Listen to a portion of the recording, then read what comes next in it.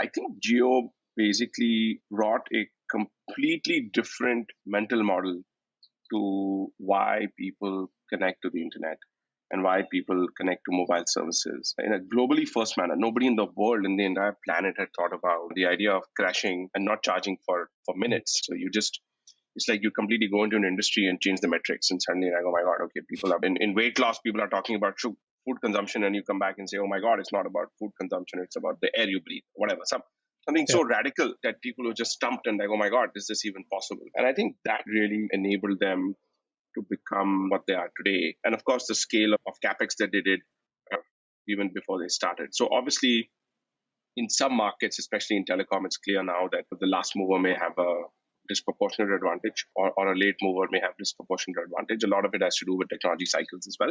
But I think this was a phenomenal business hack, if I may call it that.